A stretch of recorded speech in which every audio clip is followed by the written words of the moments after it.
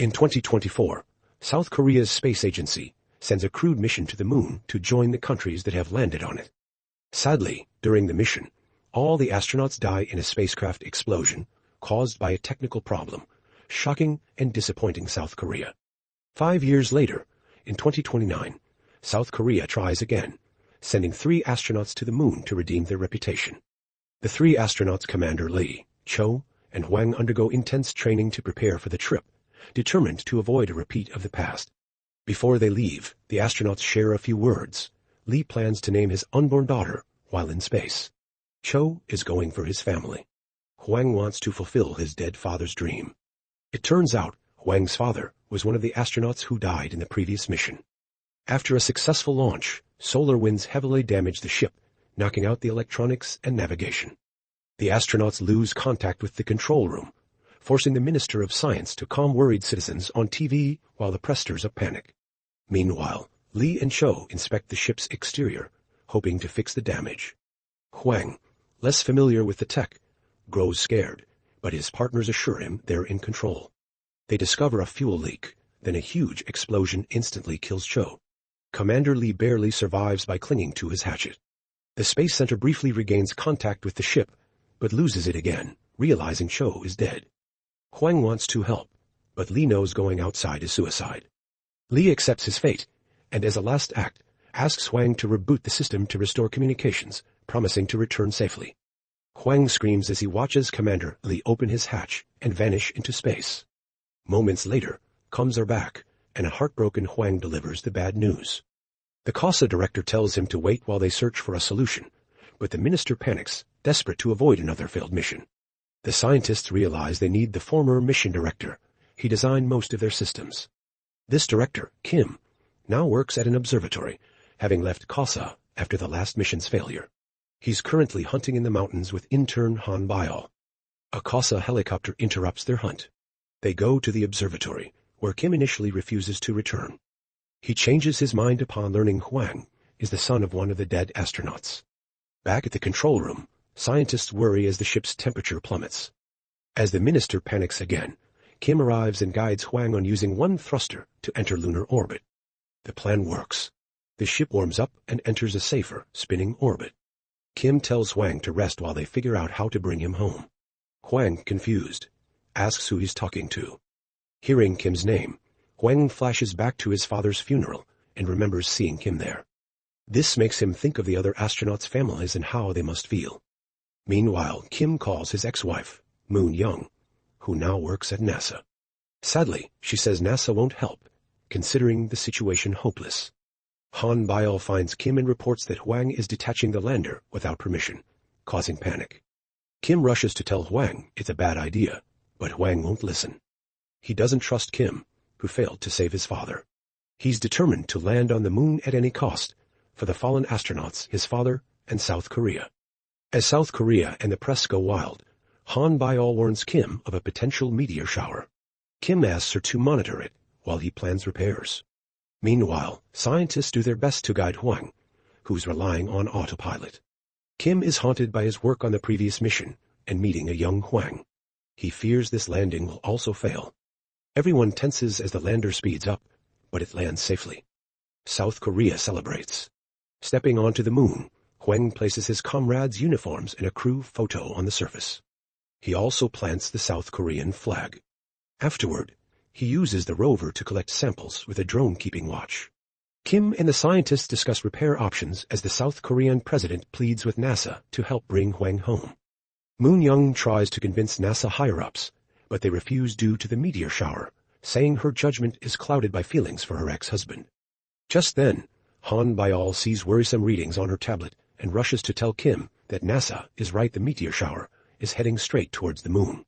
Back on the moon, Hwang proudly reports that he's collected all the samples, including ice from beneath the surface. He thinks the readings must be wrong since he's been watching the sky and nothing has appeared on the radar. Suddenly, the ground starts shaking and meteors begin raining down around Hwang, sending him flying.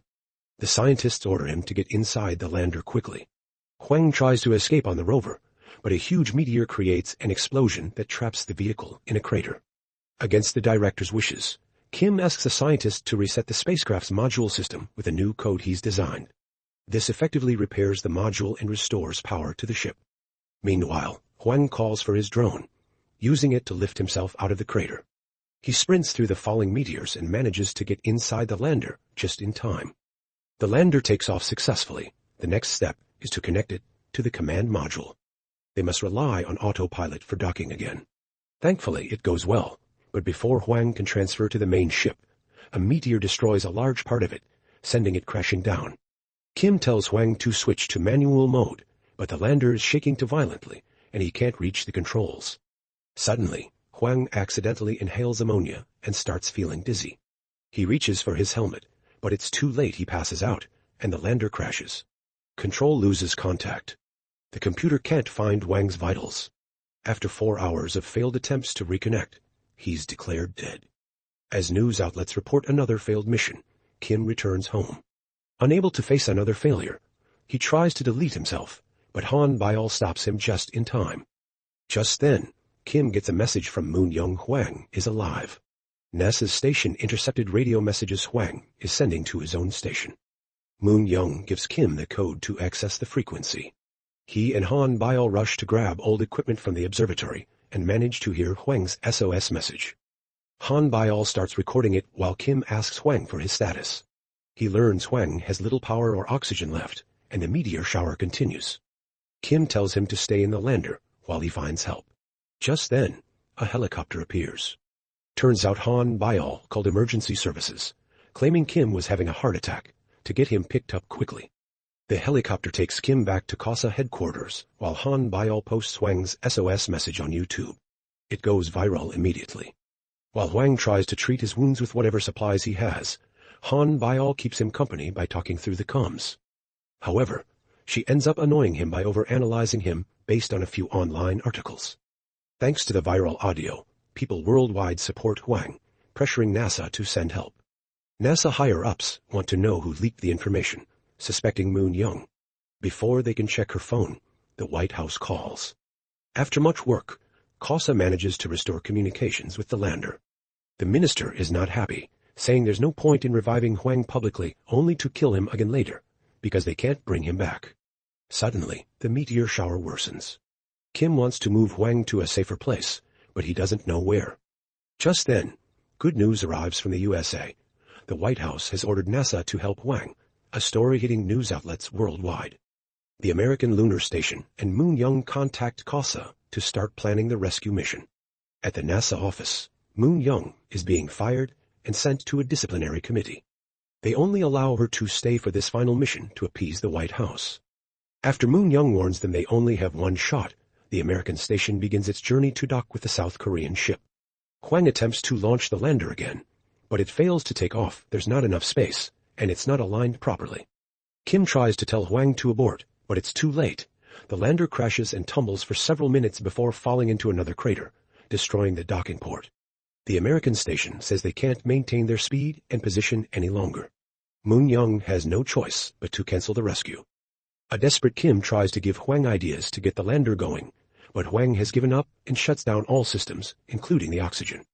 Kim tries to tell Hwang not to be like his father, but Hwang uses the moment to confess he's seen the truth in his father's will. His father knew a month before the first moon mission that the engine was faulty, yet he chose to go anyway, hungry for success. Kim interrupts, saying Hwang doesn't know the whole story.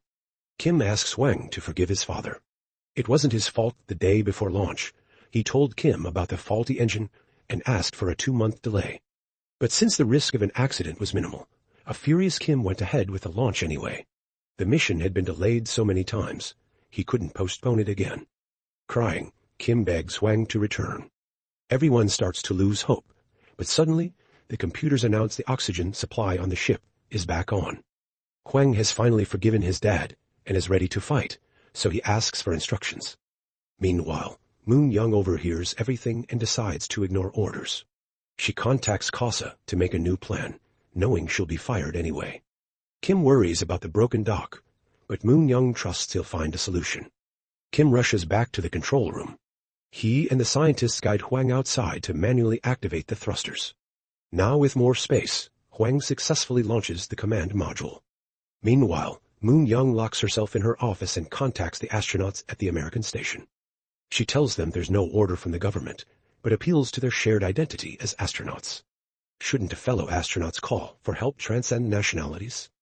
Her call is cut off when higher-ups finally break into her office and take her away. Back with Hwang, he sees the ships heading for the brighter side of the moon where landing is impossible. He makes a plan. Grabbing mementos of the other astronauts, he straps the drone to his body. Kim orders him to open the hatch and jump. After much hesitation, Hwang steps off the launcher. He floats for several minutes. Once close enough to the surface, he activates the drone, which shakes him violently until they hit the ground. Communications are lost, and everyone in the control room fears the worst.